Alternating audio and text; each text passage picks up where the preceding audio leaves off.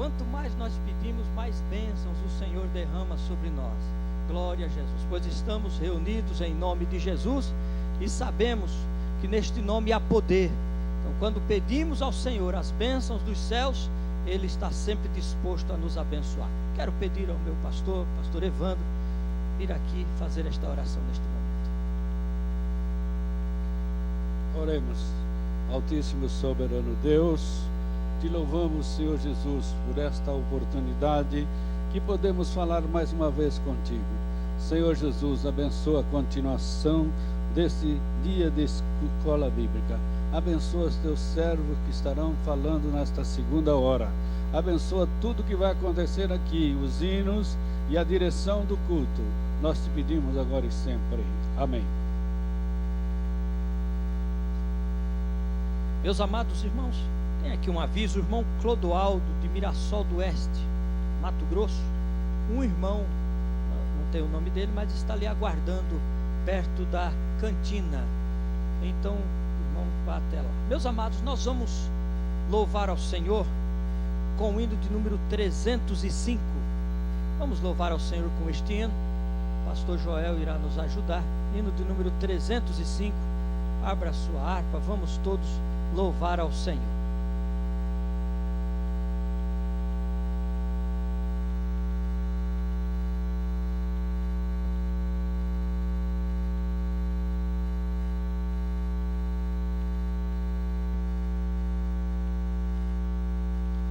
É no CD de número 7, a faixa 4.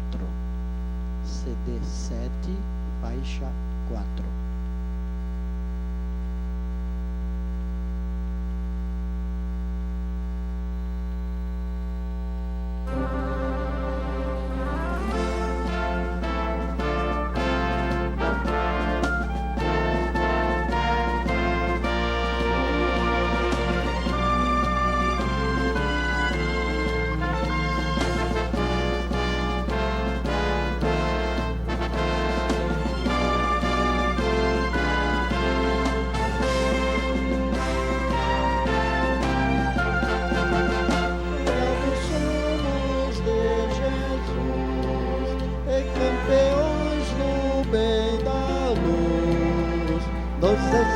Exércitos de Deus, batalhamos pelos céus, cantando vamos combater, ouve o pecado e seu poder, a batalha ganha está, a vitória Deus nos dá. Devemos terminar a batalha aqui e pra sempre descansar com Jesus ali. Todos os que são fiéis ao bom capitão hão de receber lauréis como galardão. Levai o escudo sim da fé, pois a peleja dura é, mas promessa temos nós de jamais lutarmos sós. As flechas do mal não temer, mas combater até vencer. Olha os campeões pros céus, a vitória vem de Deus. Toda a igreja.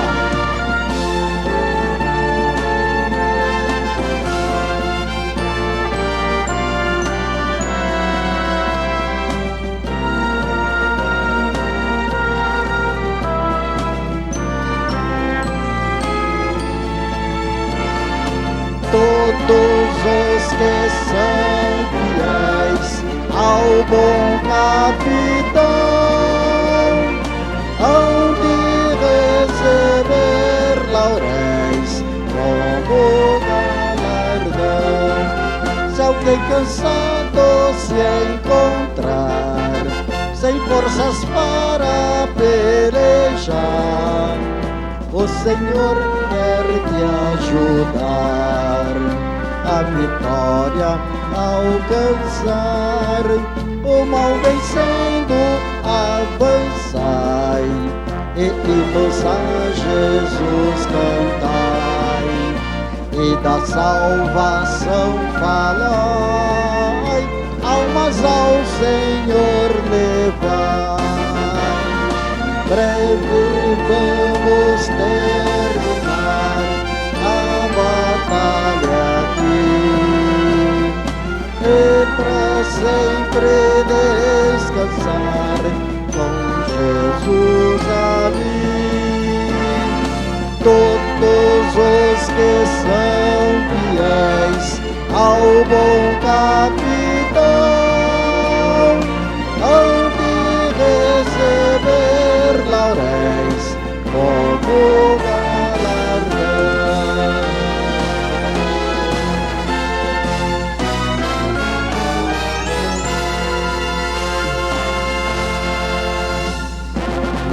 Amém. Glória a Jesus. Meus amados, nós sabemos também que esta reunião está sendo transmitida pela internet, né? Nós queremos também dar as boas-vindas aos irmãos que estão assistindo este culto pela internet e dizer que Deus também tem uma palavra para vocês que estão aí do outro lado da tela, e que fiquem atentos, pois o Senhor com certeza irá falar com todos vocês. E nós que estamos aqui também, o Senhor falará conosco nesta tarde. Quantos creem que o Senhor tem uma palavra? Glória a Jesus, porque nós como obreiros também precisamos de ouvir a palavra do Senhor, não é? E receber aquilo que o Senhor tem para as nossas vidas. Meus queridos, nós temos a alegria de ter conosco o pastor Arnaldo, está aqui o nosso companheiro, ele é ali de Los Angeles, e ele estará nos transmitindo esta primeira hora da mensagem do Senhor. Os irmãos querem cumprimentá-lo com bem-vindo? Amém?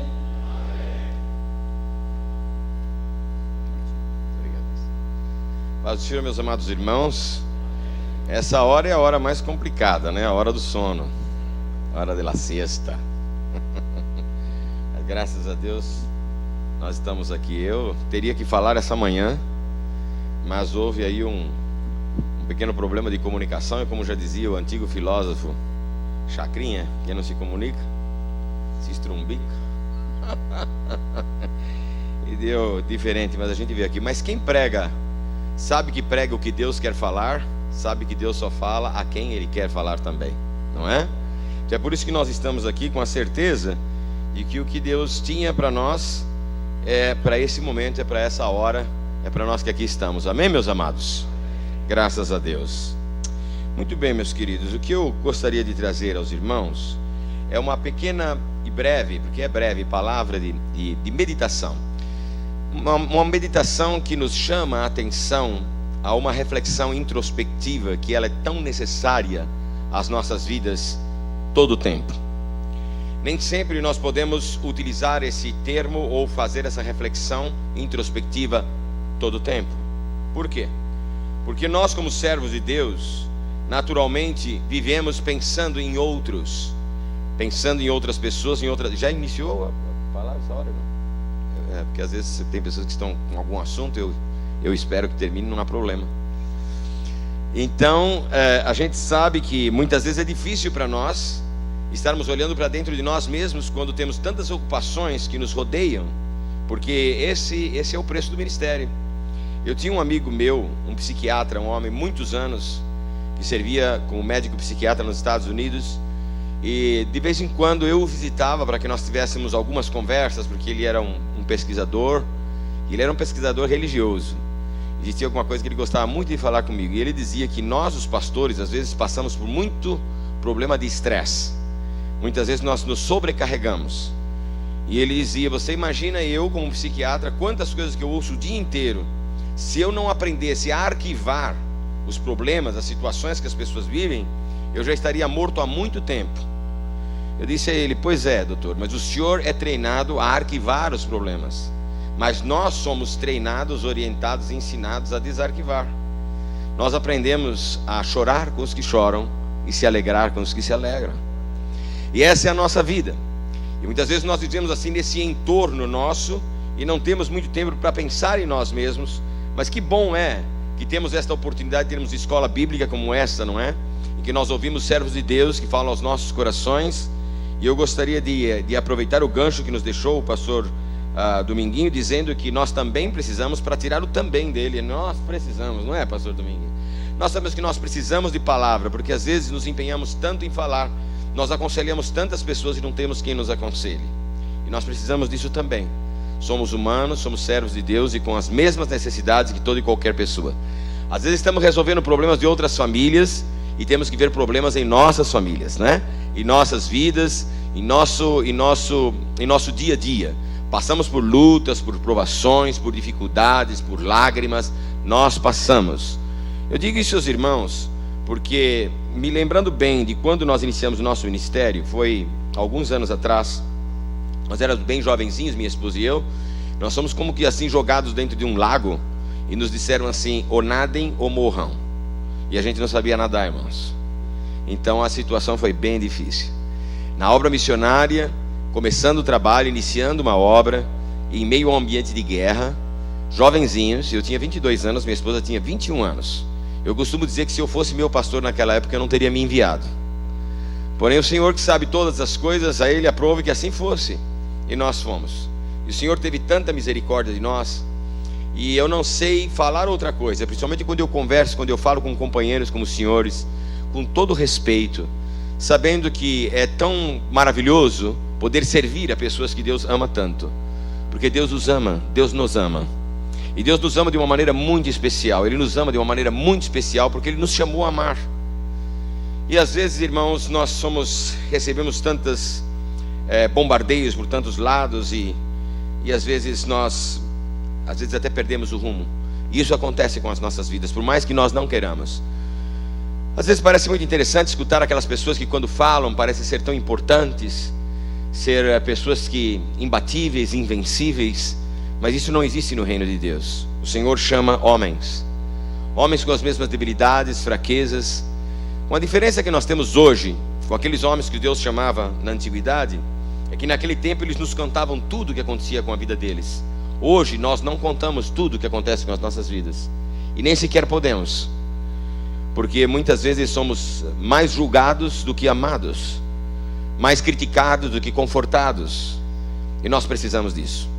Seria muito difícil ouvir um pregador subir nesse púlpito e começar a falar como o apóstolo São Paulo falava e deixou escrito um legado para nós.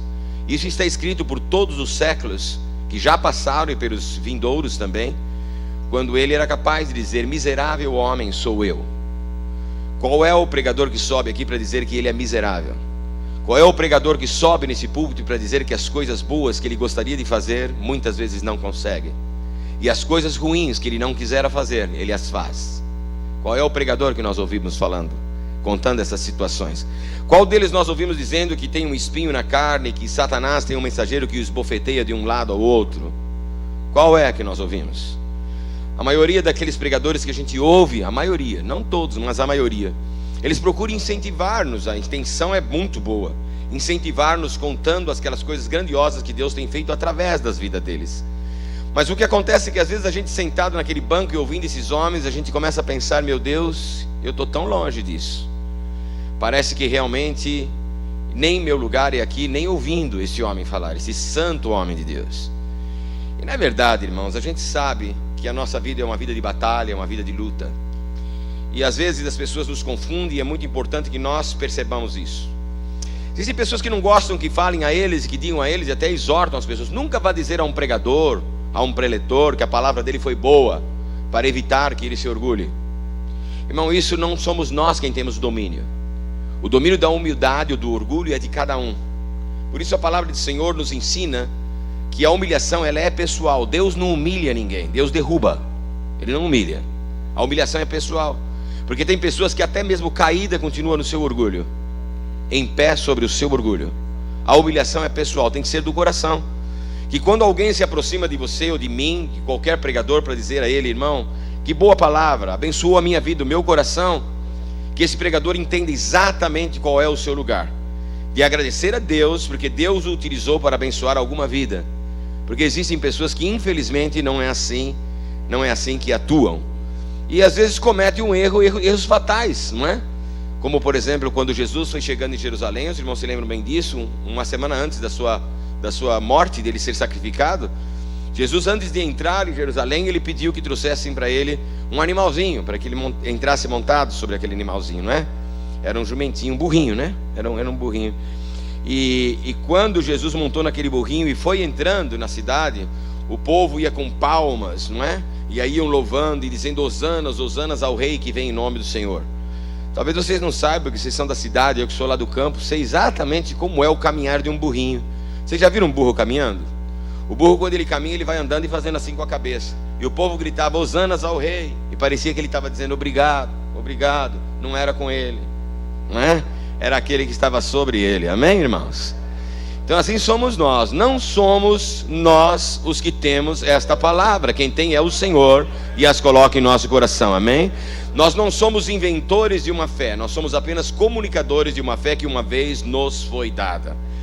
Eu gostaria de nessa oportunidade, nesse pouco tempo, somente falar um pouquinho sobre isso, sobre às vezes a dificuldade que nós temos em conviver com a palavra e com a verdade, com a simplicidade, a genuinidade da palavra do Senhor.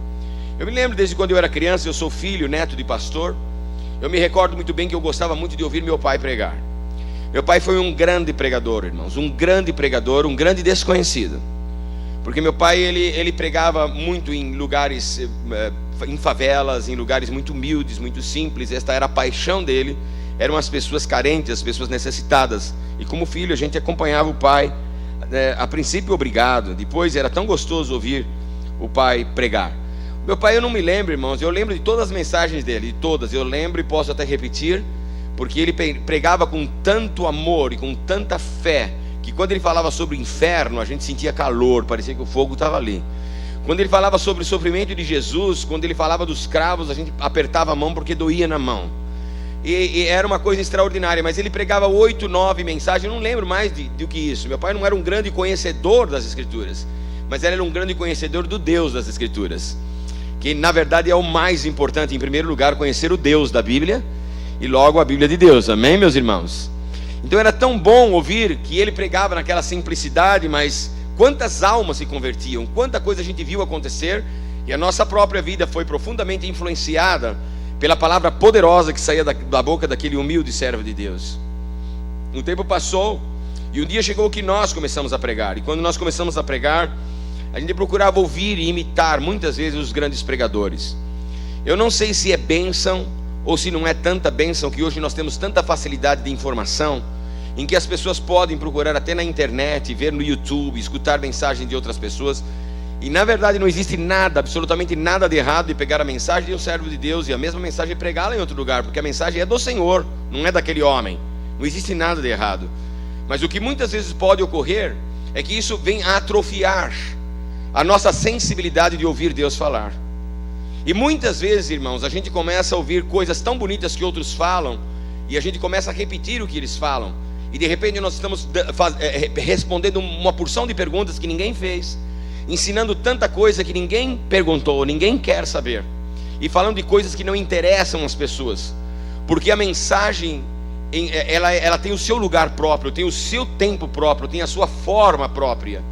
Então às vezes não é importante que a gente pregue com tanta majestade, com tanta beleza no nosso palavreado, mas que a mensagem parta dos céus, atravessando os nossos corações e chegando aos corações daqueles que nos ouvem. Amém, irmãos?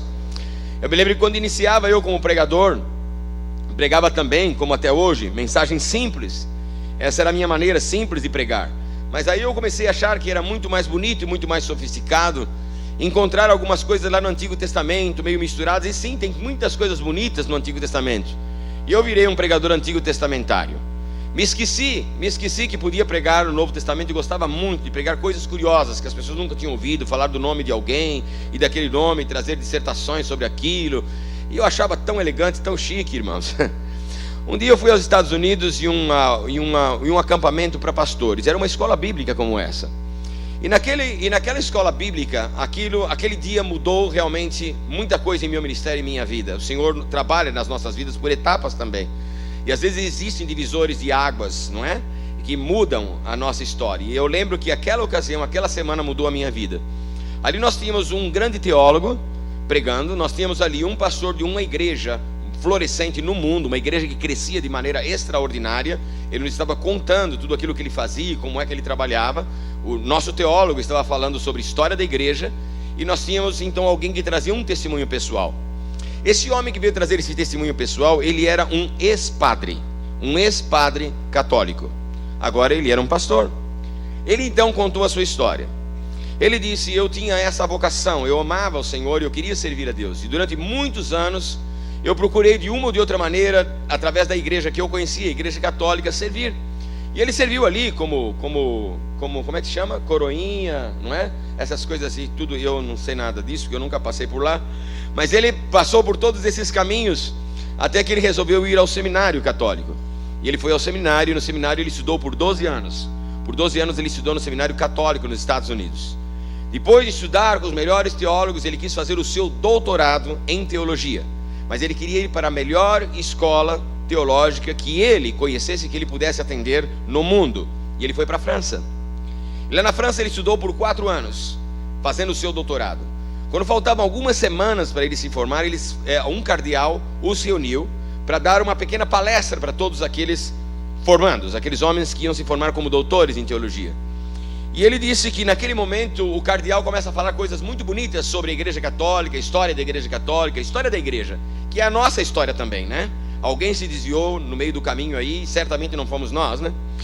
Mas ele começa a contar sobre a história da igreja primitiva e vem trazendo tudo aquilo. E quando ele chega no presente século, ele disse: hoje nós temos que dar graças ao bom Deus, dizia esse cardeal, que nós agora somos aqueles que ainda permanecem e mantêm a teologia. Nós fazemos teologia, nós criamos teologia. Enquanto que os protestantes, os evangélicos, continuam rodando em volta daqueles 4 livrinhos chamados evangelhos, nós fazemos teologia. Quando aquele homem ouviu isso, conta ele, que naquele momento ele parou e pensou e disse: meu Deus, faz 16 anos que eu estou estudando teologia. 16 anos. E eu não sei nada, absolutamente nada, sobre esses 4 livrinhos chamados evangelhos. Ele havia aprendido alguma coisa sobre a história de Cristo, sobre geografia bíblica, alguma coisa assim, mas nada realmente sobre os evangelhos. Então ele tomou uma decisão. Daquela noite em diante ele começou a ler os evangelhos como ele nunca tinha lido antes. Aquilo não era importante para ele. Todos os livros eram importantes, menos aqueles 4 livrinhos chamados evangelhos. E ele lê Mateus, ele lê Marcos, ele lê Lucas. Quando ele chega em João, ele está lendo o último dos evangelhos, quando o evangelho, o verdadeiro evangelho, explodiu no seu coração. Ele percebeu Jesus, ele viu Jesus, ele teve uma experiência pessoal com Jesus Cristo. Ele dobrou o seu joelho e disse: é esse Jesus que eu quero em minha vida. Um Jesus que morreu, um Jesus que morreu pelos meus pecados para que eu fosse perdoado, um Jesus que ressuscitou e que pode caminhar comigo. É isso que eu quero em minha vida. Muito bem, ele não sabia exatamente o que fazer com aquilo. E ele contou que então ele se formou com todas as honras, recebeu o seu doutorado e voltou para os Estados Unidos da América e recebeu ali uma grande catedral em San Antonio, Texas. Era uma igreja muito grande, só que quando ele queria trazer o seu sermão, ele já não conseguia mais usar todo o tempo que ele deveria usar na sua liturgia em latim. Ele tinha que falar no seu idioma. E ele, quando estava falando no idioma do povo, ele percebeu que cada vez que ele queria falar, o coração dele se inclinava para falar de Jesus.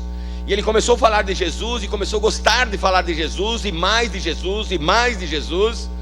E chegou um certo tempo que alguém começou a reclamar ali dentro, e ele recebe uma carta de advertência, que ele voltasse outra vez aos rituais, porque ele estava tomando muito tempo para falar dos evangelhos, muito tempo para falar de Jesus e deixando os rituais de lado.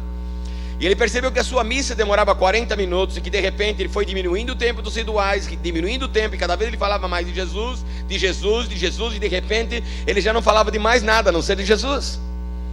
Então ele recebe uma segunda carta de advertência, dizendo: é a última advertência que nós lhe damos. Da próxima vez nós lhe enviaremos uma comissão, o senhor será retirado deste lugar e será disciplinado fortemente, para poder parar com isso de uma vez. É a última chance que nós lhe damos. Escreveram uma carta enorme para ele. Ele leu aquela carta, prestou bem atenção no que estava escrito ali, se levantou no domingo seguinte e disse: não, eu vou fazer o que a Santa Igreja está mandando. Só que quando ele se levanta para falar sobre o que a Santa Igreja estava mandando, outra vez o Espírito o comove, e ele começa a falar. Ele queria falar de Maria, de repente ele começou a falar do filho da Maria, e não conseguia mais falar do filho da Maria, parar de falar do filho da Maria. Ele falou e falou e falou, e no outro dia ele recebe uma ligação telefônica dizendo: a última chance lhe damos, próximo domingo haverá um grupo de investigação na igreja, ou o senhor tem a sua liturgia completamente como lhe é ordenado, ou então é o seu último dia nesta paróquia. Ele conta que naquele domingo ele se levantou, estava toda a igreja repleta de gente, a sua igreja repleta de gente. Ele chegou e leu aquela carta para todo aquele povo, todos os feligreses, leu. E logo que ele leu, ele contou a sua história, exatamente o que eu lhes contei agora, o que tinha acontecido com ele na França, como ele tinha se encontrado com Jesus Cristo através dos evangelhos. E ele disse: agora eu recebo esta carta, eu tenho duas cartas em minha mão, eu tenho esta que me enviou a Igreja Católica, e eu tenho esta que me enviou Deus, com qual dos dois eu fico? Então naquele momento ele conta que começou a desabotoar a sua bata, a desabotoar, e o povo olhava para ele, ele desabotoando, e à medida que ele ia desabotoando, o povo estava se enchendo de alegria. Alguém dali disse glória a Deus, o outro era um desviado no meio do povo e começou a dizer aleluia, e ele arrancou a bata e disse: de hoje em diante não sou mais o padre desta paróquia, aluguei aquele galpão, e quem quiser ir comigo, é ali que eu vou pregar o evangelho do nosso Senhor Jesus Cristo. Aleluia. Aquele homem iniciou uma igreja com 5.000 membros. O primeiro batismo dele foram 5.000 pessoas, amém? E até hoje está pregando a palavra de Deus ali. É a verdade, irmãos. Essa foi uma profunda verdade que tocou meu coração, e eu também fui um daqueles que voltei a ler os 4 livrinhos chamados Evangelhos, e encontrar neles riquezas que quem sabe anteriormente eu não havia visto, haviam passado tão rapidamente por mim. Como é maravilhoso isso, irmãos. Uma outra coisa que eu gostaria de salientar, antes de entrar nesse tema, que o meu tempo é tão escasso, e eu não quero que seja exaurido antes que eu deixe esta palavra para os irmãos, porque é muito simples a palavra que eu vou deixar, vocês vão ver, é muito simples mesmo. O que eu queria recordar-lhes é simplesmente isso, que o que está acontecendo muitas vezes em algumas igrejas, eu não digo em todas, porque a gente nunca pode generalizar, mas em algumas igrejas, é que este atrofiamento do falar, do pregar o evangelho, a essência do evangelho, falar de Jesus Cristo, está ficando cada vez mais escassa. E às vezes andando por aí eu tenho que ouvir algumas coisas, irmãos, ainda que eu chegue como pregador, eu tenho que ouvir algumas coisas que me desagradam, e me desagradam muito, e eu vou compartilhar pelo menos 2 delas com vocês, está bem assim? Só 2 delas. Uma foi alguma coisa que eu ouvi assim: cheguei em uma igreja e o irmão que estava dirigindo o culto, ele disse para o povo, incentivando, ele dizendo assim: irmãos, abra o seu coração, porque o Senhor quer falar com você nesta noite, e Ele vai falar com você através dos hinos que nós vamos cantar com a igreja, os hinos da harpa, com o coral quando cante, quando os cantores vão cantar, Ele pode falar com você até através da palavra. E eu fiquei pensando: Jesus, o que é que eu estou fazendo aqui? Não é? Eu estava ali para pregar, pastor, é coisa tremenda, eu estava ali para pregar.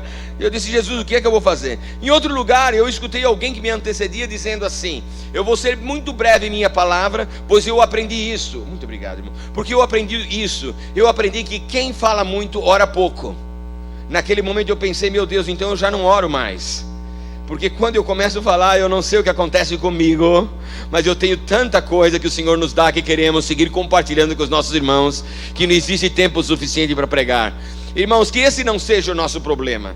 Querer colocar a oração, querer colocar os louvores no lugar do que é mais precioso, que é a palavra. É ela que é o alicerce das nossas vidas, é ela quem nos direciona, é ela quem nos ensina. Nada, esta palavra é insubstituível, amém?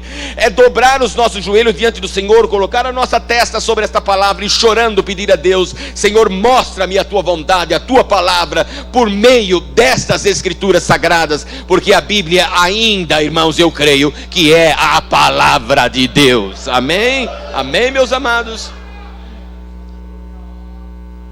Veja bem, agora eu gostaria apenas de chamar a atenção aos irmãos ao seguinte: algumas coisas que são importantes no Evangelho. Uma delas, entre todas, claro, o Evangelho desde o primeiro capítulo até o último, porque em tudo Deus fala.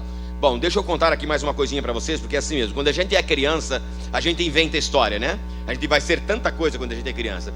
Quando a gente é jovem, adulto, a gente faz a história acontecer. Quando a gente vai ficando mais velho, a gente conta a história, não é?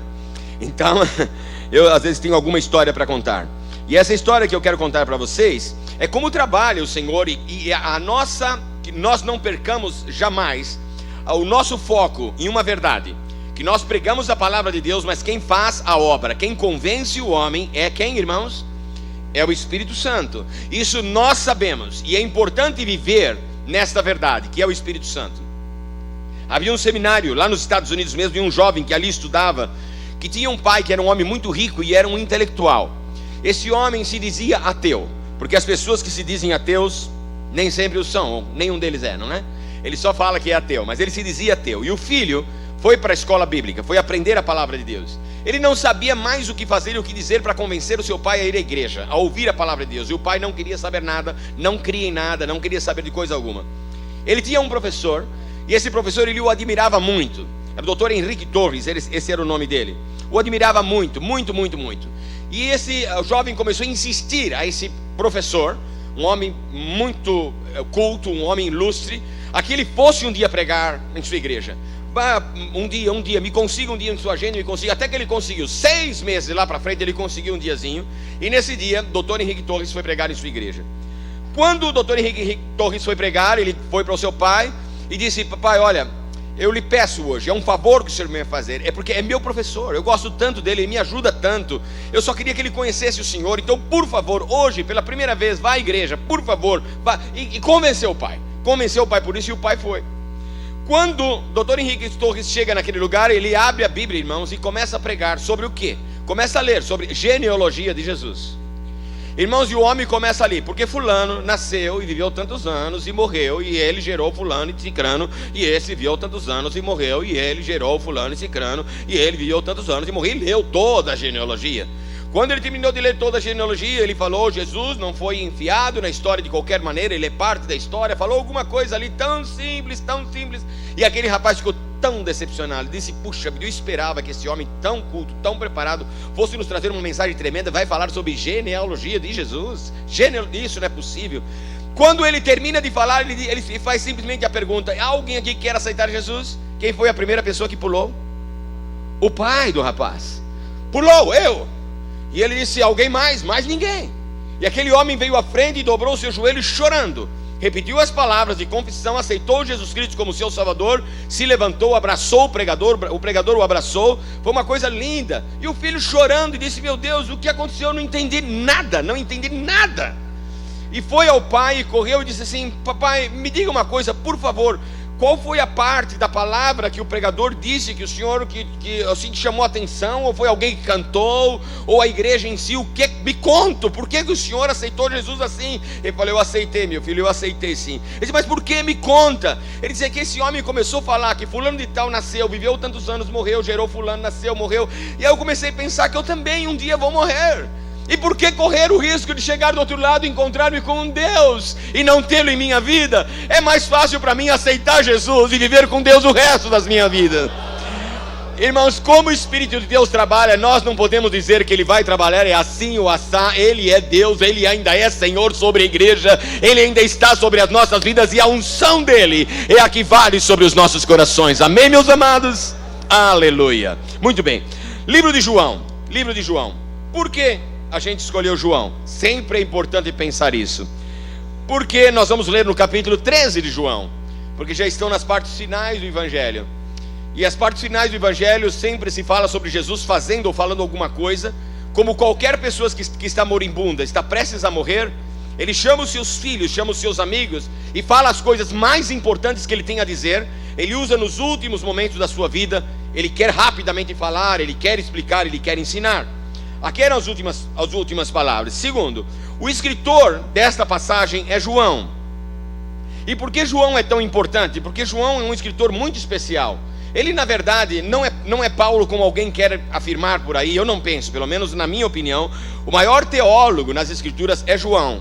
Porque João conseguiu enxergar, ver coisas em Jesus Cristo relacionadas com tudo, Antigo e Novo Testamento, e além, muito além disso, que nenhum outro escritor das Sagradas Escrituras pôde ler. Ele era chamado o apóstolo ou discípulo do que, irmãos? Cada um recebia um nome. Ele era chamado o discípulo do que? Do amor.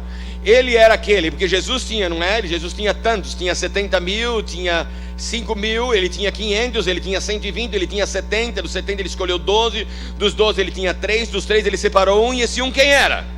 João, não é? O discípulo do amor. Aquele homem, quem sabe, não falava tanto, mas sabia ouvir bem. Ele sabia ouvir até mesmo as batidas do coração de Jesus Cristo. Ele deitava no peito de Jesus. Ele queria estar junto com Jesus. Irmãos, aprender de João é maravilhoso. Aqui ele nos ensina nesta passagem, capítulo 13. Notem bem. Ele diz assim, palavras simples de João: ora, antes da festa da Páscoa, vamos ler, não importa, que lemos um pouquinho mais, não importa. Ora, antes da festa da Páscoa, sabendo Jesus, porque Jesus sabe de todas as coisas, amém, irmãos? Sabendo Jesus que já era chegada a sua hora de passar desse mundo para o Pai, como havia amado os seus que estavam no mundo, o que, irmãos? Amou-os, o que? Até o fim, aleluia. Que gostoso ouvir isso. Acabada a ceia, tendo já o diabo posto no coração de Judas Iscariotes, filho de Simão, que o traísse, Jesus, sabendo que o Pai tinha depositado nas suas mãos todas as coisas, e que havia saído de Deus e que ia para Deus, levantou-se da ceia, tirou as suas vestes e, tomando uma toalha, cingiu-se. Depois pôs água numa bacia e começou a lavar os pés dos discípulos e enxugar-lhes com a toalha com que estava cingido. Aproximando-se, pois, de Simão Pedro, olha bem, notem esse detalhe, Simão Pedro, é importante, não é só Pedro, é lembrando-se do homem Simão Pedro, lhe disse: Senhor, tu lavas-me os pés a mim? Jesus respondeu e disse-lhe: o que faço agora, o que eu faço, não o sabes tu agora, mas tu o saberás depois. Até aqui só, os demais dos irmãos já conhecem bem, somente o versículo 17, eu gostaria de salientar para os irmãos, que diz: se sabeis essas coisas, bem-aventurados sois, se as fizerdes. Muito bem, o que Jesus ensina, se nós fazemos o que Jesus ensina, bem-aventurado nós seremos. Irmãos, um grande problema que às vezes existe entre nós, ministros, obviamente eu me incluo nisso, porque isso é natural do ser humano, é inerente do ser humano, é a necessidade, muitas vezes, de autoafirmação, saber quem eu realmente sou. E às vezes essa necessidade, ela é maior diante das pessoas. Nós nos esquecemos de que, muitas vezes, de que na verdade o que nós precisamos é saber o que nós somos para Deus e diante de Deus. Isso que é importante. Às vezes queremos ser muito conhecidos na terra e não sabemos quanto conhecidos nós somos nos céus. E tem gente que é até desconhecido no inferno. Gostoso era pensar como Paulo, não é? Que Paulo, quando ele estava pregando a palavra do Senhor, existiam aqueles filhos daqueles sacerdotes que foram tentar expulsar um demônio, e o demônio saiu do corpo daquela pessoa, ou seja, endemoniada aquela pessoa, saltou contra os filhos daqueles sacerdotes, não é? E bateu neles, e eles saíram correndo nus. E eles tentavam expulsar aquele demônio, dizendo: eu te desconjuro, eu te expulso em nome do Jesus de Paulo. E o diabo disse aquela palavra para eles: Jesus, eu sei quem é, e Paulo, bem o conheço. É importante, irmão, ser conhecido no inferno.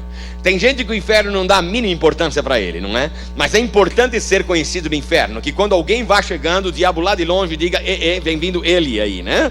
E quem é ele? Aquele que vem trazendo sobre si o Senhor dos senhores. Note bem, esse problema muitas vezes acontece em nossas vidas, saber qual é a nossa posição. Entre os discípulos não eram diferente. Agora vejam bem, irmãos, os discípulos tinham muito problema com relação a isso, inclusive a igreja primitiva. Às vezes nós começamos a falar sobre a igreja primitiva e convidamos a igreja, nossas congregações, a voltarmos ao tempo da igreja primitiva. Mas eu não sei quão aconselhável é isso, porque em primeiro lugar a igreja primitiva mal sabia o que estava fazendo.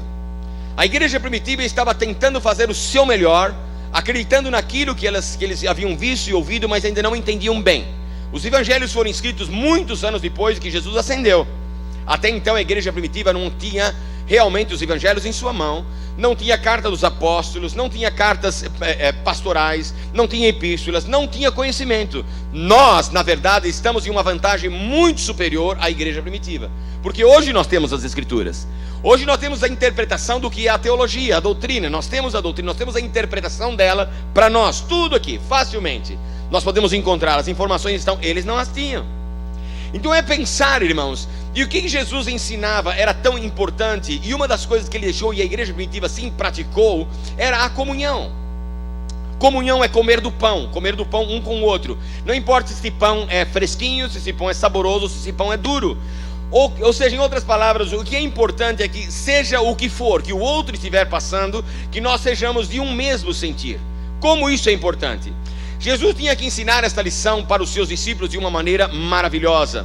E os discípulos estavam muito preocupados, como muitas pessoas estão preocupadas hoje, em saber realmente, eu gostaria de identificar qual realmente é o meu ministério. Irmãos, eu tenho o ministério da palavra, eu tenho o ministério de evangelista, eu tenho o ministério pastoral, eu tenho o ministério do louvor, eu tenho o ministério... Tantas pessoas têm ministérios e acham bonito esses ministérios. Sabe, eu falo por aí, e eu falo muitas vezes a seminaristas, a alunos de institutos bíblicos, e algumas perguntas são clássicas. Uma delas, por exemplo, eles olham para nós, que estamos lá como preletores, e eles sempre têm a impressão de que a gente sabe muito mais do que eles, às vezes sabe mesmo, mas eles pensam que a gente sabe mais do que realmente sabe. E eles têm aquelas perguntas clássicas, e uma delas é esta: Pastor Arnaldo, qual é o segredo do êxito do seu ministério? Quando eu ouço esta pergunta, já mais ou menos eu entendo o que aquela pessoa está querendo, o que aquele jovem ministro ou estudante da palavra do Senhor está querendo saber. E eu respondo com outra pergunta. A minha pergunta é essa: qual é o teu conceito de êxito? Para você, o que é ter sucesso? Para você, o que é ter êxito no ministério? Porque para cada pessoa é uma coisa. Para uns, ter êxito no ministério é ser pastor de uma grande congregação. Outros, ele quer um setor. O outro quer ser presidente de um campo. O outro quer ser um teleevangelista. O outro quer ser um evangelista conhecido no mundo inteiro. E por aí a gente vê as pessoas que sim, se autopropagam. A gente vê as fotos deles por todo lado, e são fotos tão bonitas, né? Com a mão assim e assim, parece a pessoa que está resolvendo o mundo inteiro, porque procuram a sua afirmação de que esse é o meu ministério, esse é o grande ministério, esse é o ministério. E essa pergunta às vezes fica em nosso coração, porque ela é natural. Porque o Senhor não fez dois homens iguais na terra. Um é completamente diferente do outro. Nós somos únicos e temos nós funções específicas segundo a vontade e o coração de Deus. Mas Jesus Cristo quis dar uma lição aqui para os seus discípulos. E esta lição, irmãos, não era menos profunda do que qualquer outra. Jesus entra em uma casa, em uma habitação, e ele entra com os seus discípulos.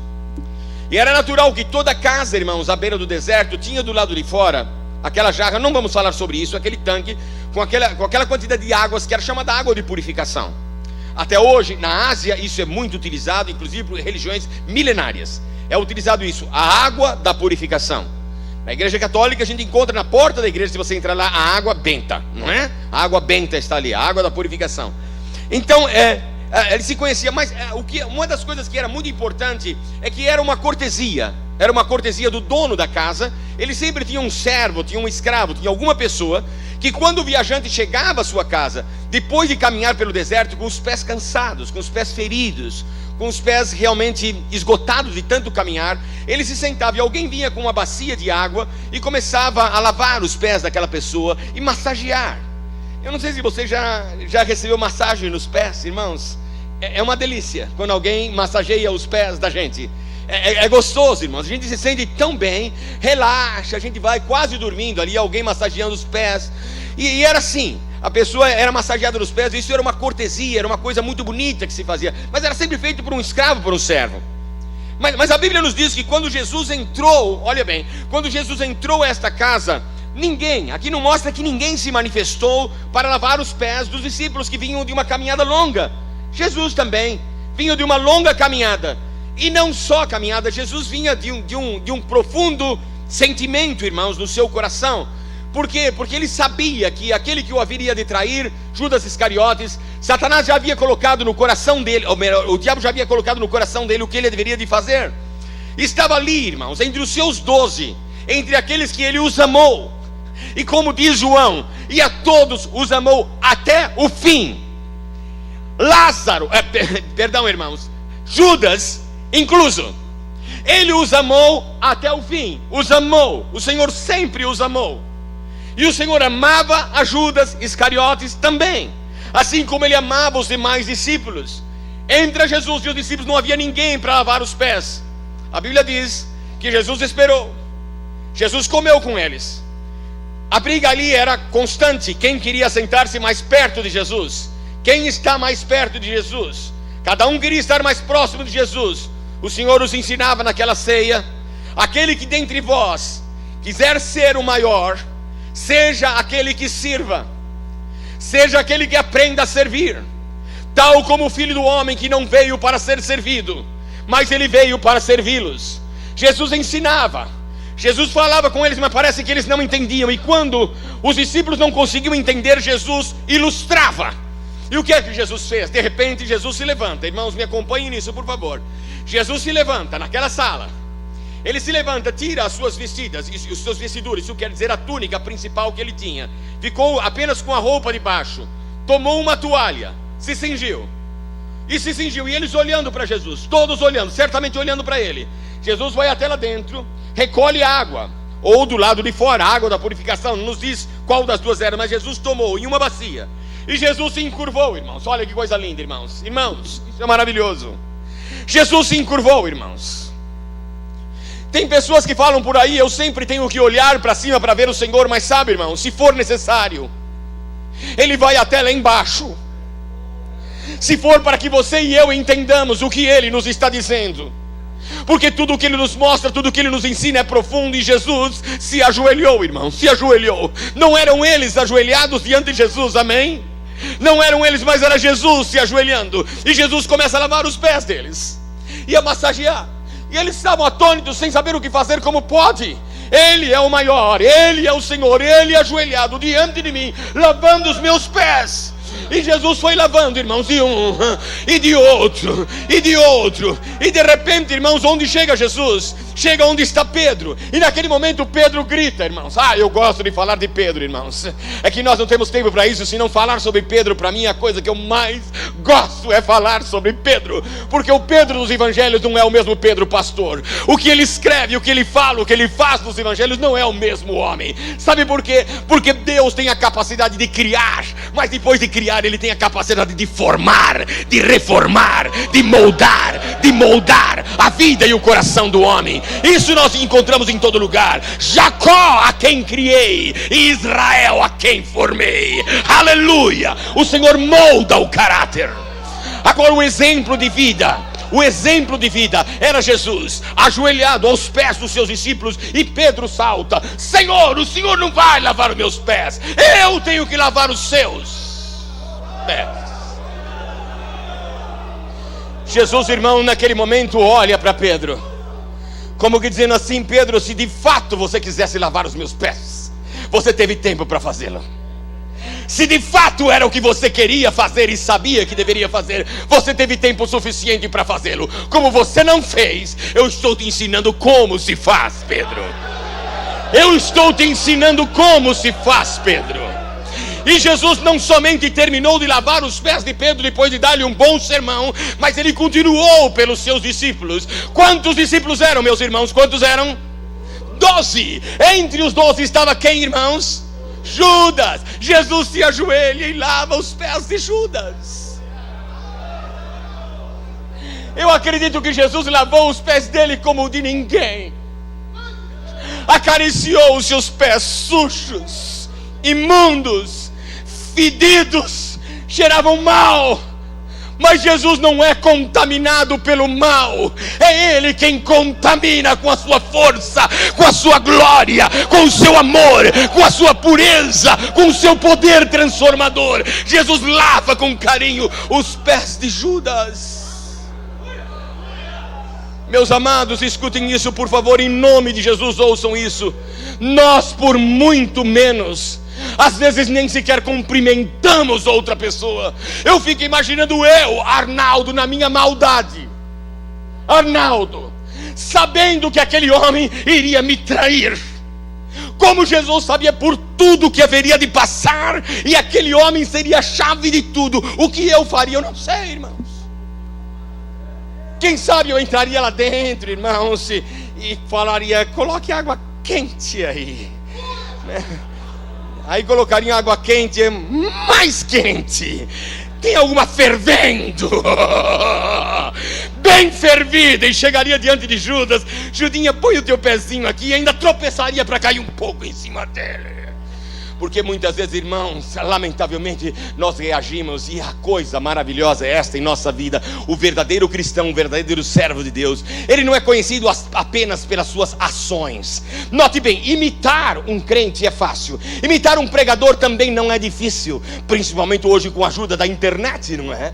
Com a ajuda das gravações, é falar como alguém. Eu já vi pregadores que jogam a Bíblia igual o outro, colocam a mão no bolso igual o outro, falam igual o outro, e são roucos igual outros, e tremem a voz como outros, imitando. Assim, agir como um pregador não é difícil, não é. Mas o verdadeiro servo de Deus, o verdadeiro cristão, não é conhecido apenas pelas suas ações, mas sobretudo pelas suas reações. Como nós reagimos diante da adversidade? Como reagimos quando somos afrontados? Como reagimos quando somos provocados? Como reagimos nós?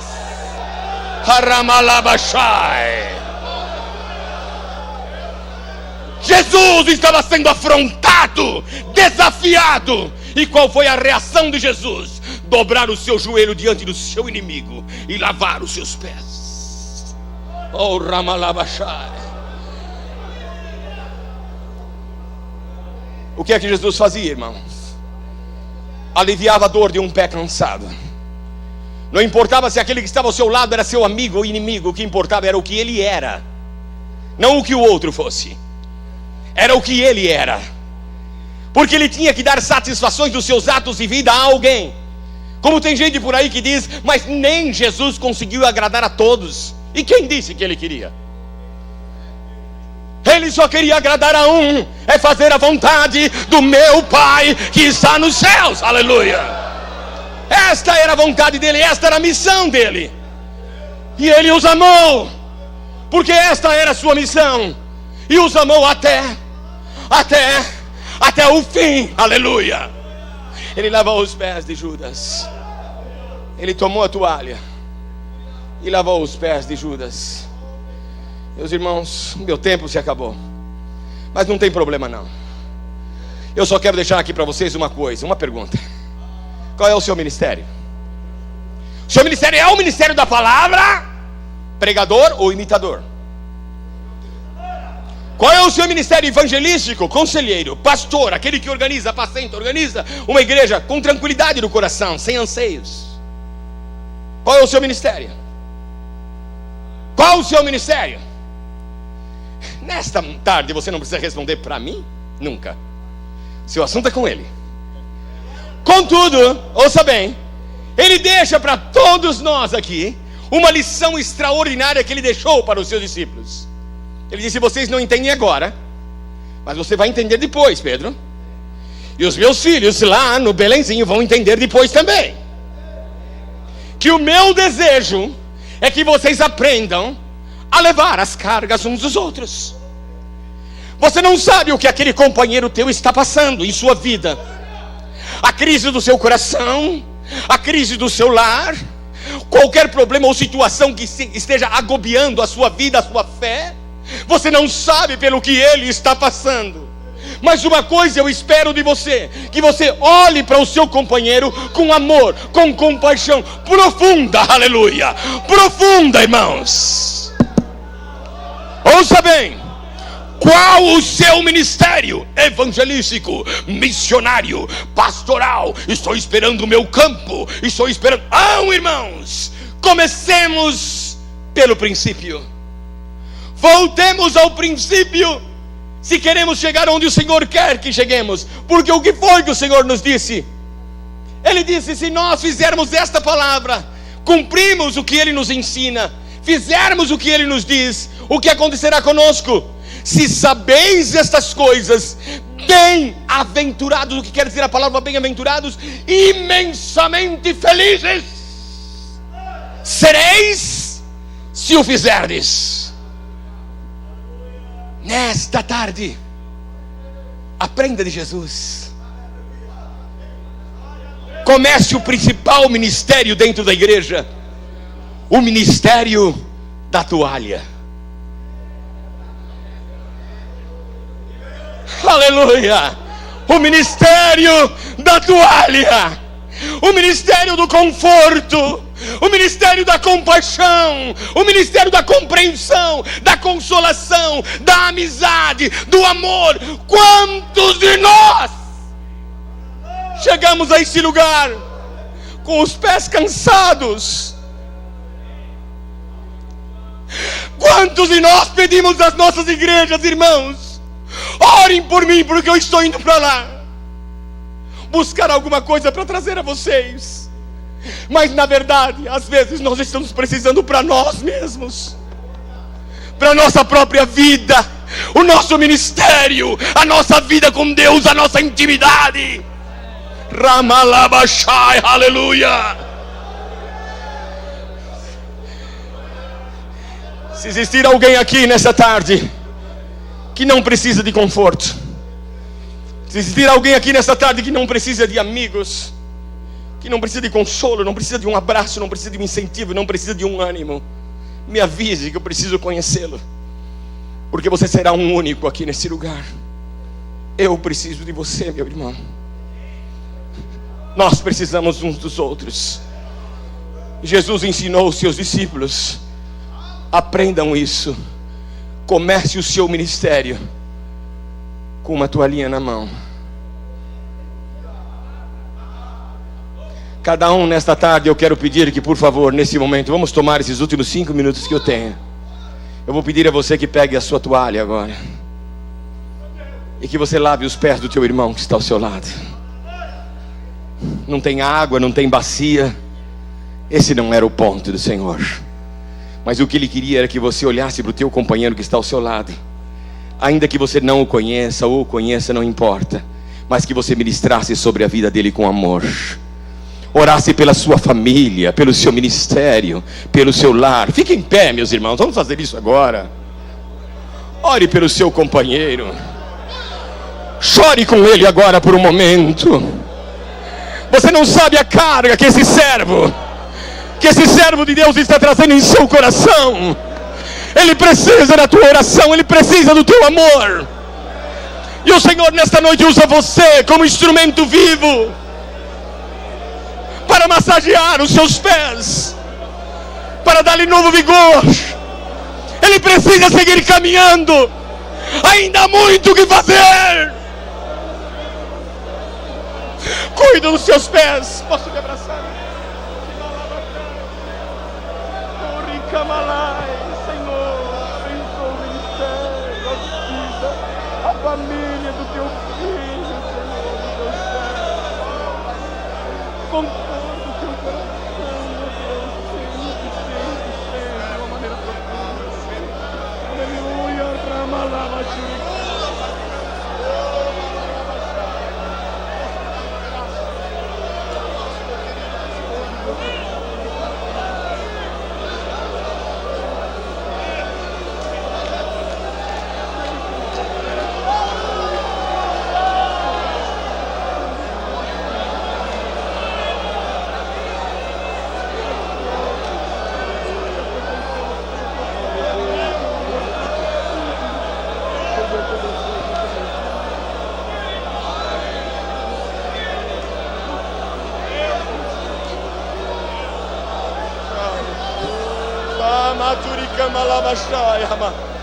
Ai, tu le quei amassai, aleluia. Oh, recamashurika. Oh, Ramachai, o Senhor me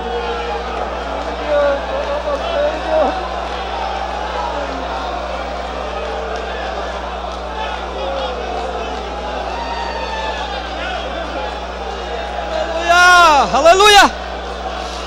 Erianda lavasturi me cantranda, lavasteri me anda. Erianda lavasturi me cantranda.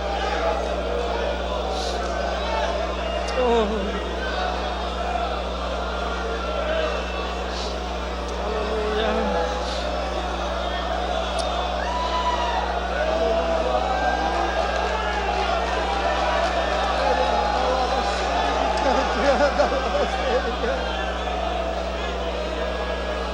Aleluia. Glória a Jesus. Amado Deus, eterno Pai, Agradecido estamos por este momento tão especial para as nossas vidas, onde o Senhor, de uma forma maravilhosa, através da Tua palavra, invadiu os nossos corações, falou fortemente às nossas vidas. Ó Deus, abençoa, continua abençoando o pastor Arnaldo, Senhor, em seu ministério. Guarda os nossos corações, ó Deus, para que possamos continuar na Tua presença e fazer conforme a Tua palavra nos ordena. Nós Te agradecemos por estes momentos, ó Deus, em nome de Jesus.